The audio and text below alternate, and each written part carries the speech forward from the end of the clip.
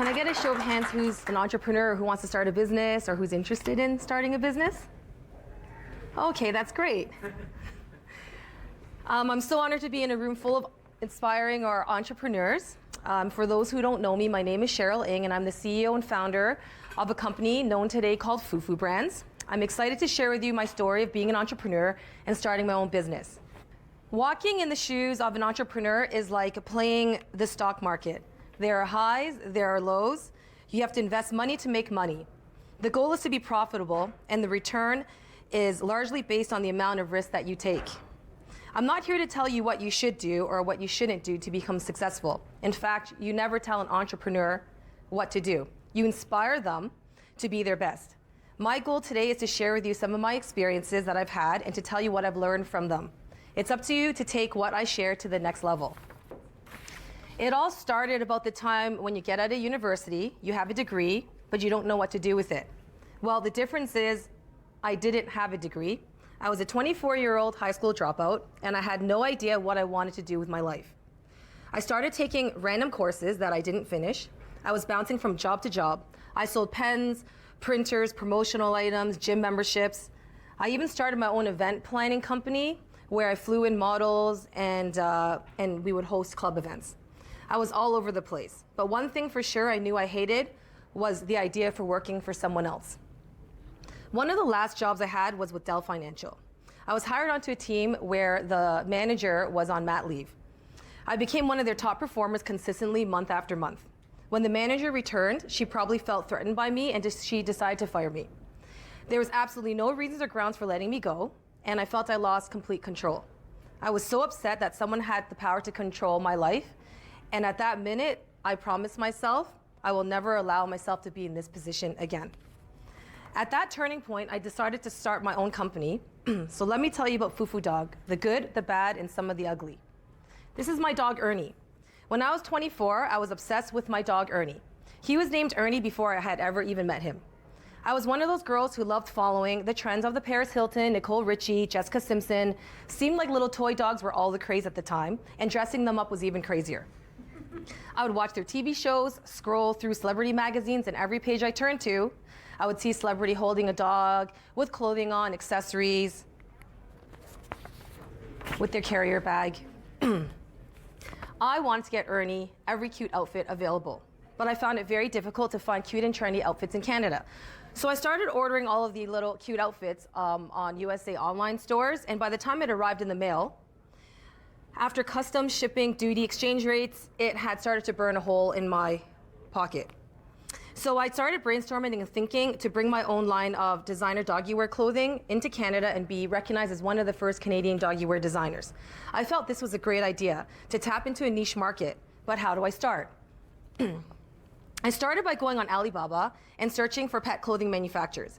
It seemed the majority came from China, and there wasn't even that much of a selection. The minimum order quantities were also extremely high. I was not going to be able to afford to bring in 500 pieces per color per size for clothing. So I searched a little harder, and I found a Argentina company where they had a little small family-run company with a cut and sew factory. I ended up contacting them, and they helped me out by allowing me to order very little quantity to start.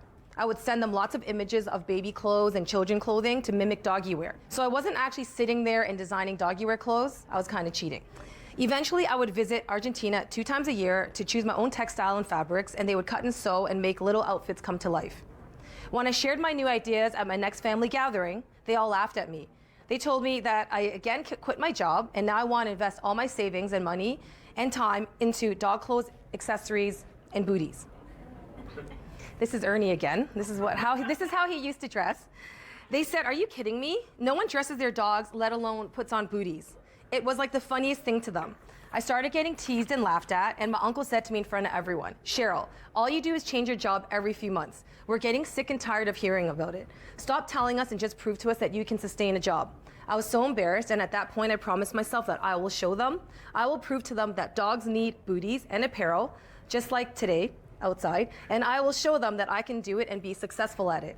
Today, my company employs about 85% of my family. Not only did they not believe in me, they all work for Fufu Brands today. So Fufu Brands actually started as an online store called fufudog.com. I had my cousin help me out with the website and design work part-time, and I also had my sister help me out with the accounting and bookkeeping on the side. My first month of business, I remember getting a distributor interested to distribute my line in the UK, and her opening order was about 20,000 US. I was in complete shock. At that moment, I knew I hit something great here, and I said to myself, I think I'm onto something. My sister reviewed my number after year one, and she said, can I work for Fufu Brands? Sorry, Fufu Dog at the time, full time. She said, based on the accounting she's been doing, Fufu Dog should be able to afford her current salary.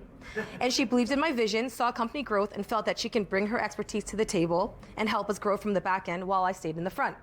I decided to hire her on full time, and it was a decision I have never looked back on. My sister Jen ended up becoming my partner in year two, and we incorporated the company in 2005. After the first year of business, we ended up grossing 175,000 US. This was my office for a while. So we moved into my parents' basement, and this became Fufu Dog's headquarters for the next 5 years. We reinvested a lot of our profits and put it into our branding, marketing. We gave our consumers, our competitors, and our retailers the perception that we were a large company. No one would ever have imagined that we were working out of a basement office with exposed drywall and pink insulation. And of course, garbage bags over there made of, our window was blinds, our garbage bags was our blinds. We pretty much had to fake it until we made it. There were many highs and lows to running a business. It is not always as glamorous as it seems. First, I have a team of people who believe in me as I believe in them. Do you know how much pressure it is to not fail them because their livelihood, paychecks, and personal investments are all in the fate of your hands? Also, hiring family and friends is extremely difficult. This was our basement warehouse when we were at our parents' basement. Our company home office started to get really busy. We had hired more staff, and to be quite honest, it was driving my parents insane, having their entire basement turned into a warehouse. Even the upstairs hallway turned into a back order shipping facility, and their house started becoming a chaotic mess. We had an executive meeting and looked over financials and decided it is time to move into office space with the real warehouse. After a 5th year in business, we secured a 5,000 square foot office space in Richmond Hill and began renovations. We moved into the office in the new year, and now we started really feeling like a real company and finally out of my parents' basement. We even actually had a warehouse to be proud of. So we had this versus the other one.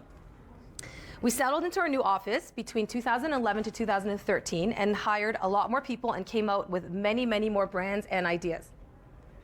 Not all of them were successful, and we started sinking a lot of company profits into these new developments and industry trade shows. I was also burning out from all the traveling to try to get my new brands into the new industries, such as the baby, the gift, the toy world, the pet world. I started to travel 3 to 4 times a month, and I just couldn't stay focused and really grow one brand great. I started to spread myself too thin. The office started to become chaotic, and though I was a CEO and everyone relied on me, I realized I really was not good at managing large teams and multiple brands growing simultaneously at the same time in all different directions. I felt myself spiraling out of control, completely stressed out every day, snapping and yelling at everyone, and the company I used to love, I started to hate. Before I continue, another word of advice.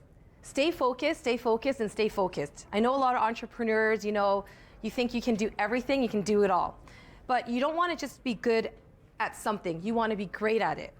So you have to stay focused. Choose an industry and stick to it, and if you believe in it. Many entrepreneurs start something before they even see through it, and then they already have another idea and another idea. We hit our 10-year anniversary, and the entire pet industry was rapidly changing. And pet fashion and accessories were becoming readily available all over the internet, Alibaba, manufacturing trade shows. The competition became fierce, and the margins we used to make started to decline drastically. I could see the industry changing, and if we continued selling only pet fashion, toys, and accessories with nothing proprietary in our portfolio of brands, I could see us bankrupting the business in the very near future. I saw where the future of the pet industry was headed, and it definitely was not in pet fashion. Since we reached our 10-year, I had to come up with a plan, fast, to save my company. We as entrepreneurs are visionaries. We have a gift that gives us a clear idea about what should happen or be done in the future. We decided that we had to expand our current product lines to go with the trends of the rapidly growing industry, and we decided to get into the naturals consumable game. I had a gut feeling that this was the direction the pet industry was headed towards, and the pet industry seems to mimic the human world a lot. So the trend in the human world was healthy, wholesome, and natural with great packaging. We ended up launching a pet care line along with a treat line. We also saw a growing market in the cat industry and added another brand as well. These new brands would now fall under the umbrella company, which we are known today called Fufu Brands. It's like wet spaghetti concept. Sometimes you have to keep throwing wet spaghetti on the wall until one sticks. Unfortunately, to make this happen, we had to restructure our entire company, cut back on overhead, and outsource our current warehouse. We ended up selling our office and moving to a smaller space and without a warehouse, since we're now going to be outsourcing to fulfillment centers. Our current warehouse was not able to support our new consumable line anyways. We have partnered up with distributors who would bring in our products into their own warehouses, and we also partnered up with fulfillment centers across USA and Canada to help us ship our products. The business decision made much better sense for us. Since 2016, we have hit every pet trade show with our current new custom booth and have launched our FFD Pet, FuFit, Fufu Cat, Boucherie, and Vegalicious brand. We are proud to say that our Vegalicious and Boucherie treat lines are made in Canada and completely all natural. So this is our trade show booth that we're using now, and this is our new lines that we've created. And it's a completely different world than pet apparel and accessories. It was a big learning curve, a big investment. You know, what can get into the US, what you can sell into Canada, AFCO, stuff that you have to write on packaging. It was crazy, but we got through it, we learned it. We're looking forward to many exciting years to follow. For us, growing organically is the way to go. Remember, slow and steady wins the race. It is too early in the game to say where we will end up, but I am confident and passionate that our brands, our experience, and our team will bring us to the top. So now you heard about how I started my company within the last 11 to 12 years in a span of 15 minutes. I've told you about the good, the bad, and shared with you some of the ugly. But no matter how many ups and downs you have with your company, there's nothing more gratifying than to start something on your own. Build it from the bottom up and watch it grow into something magnificent. I have no regrets with anything I've done, and everything has been a great experience so far. There has been lots of trial and error and major learning curves, and every day it's still a learning process. We still have a long way to go with all the challenges, and with challenges come reward. Before I finish, I just want to share some advice with you guys. Here are some of our customers today. I got all of these customers on my own. Do not be afraid to pick up the phone and call or email. Call every single day if you have to. Do not take no for an answer. At the end of the day, the buyers are just like us. It's just a job, and you don't have to be intimidated by them. Also, networking is extremely important to build relationships, rapport, and to be current and stay in the game. It is important to learn from others and surround yourself with successful people, as well as people you can mentor off of. Never be afraid to ask questions, because we all started in the same place. Thank you all for listening to my story. I hope it was insightful and you were all able to learn something from it. I'm going to end on this note. Have passion and believe in yourself. If you truly believe in something and if you truly want it, you will get it. Nothing can stop you. The more someone tells you that you can't, show them that you can. And just remember, you don't work a day in your life when you love what you do. Thank you.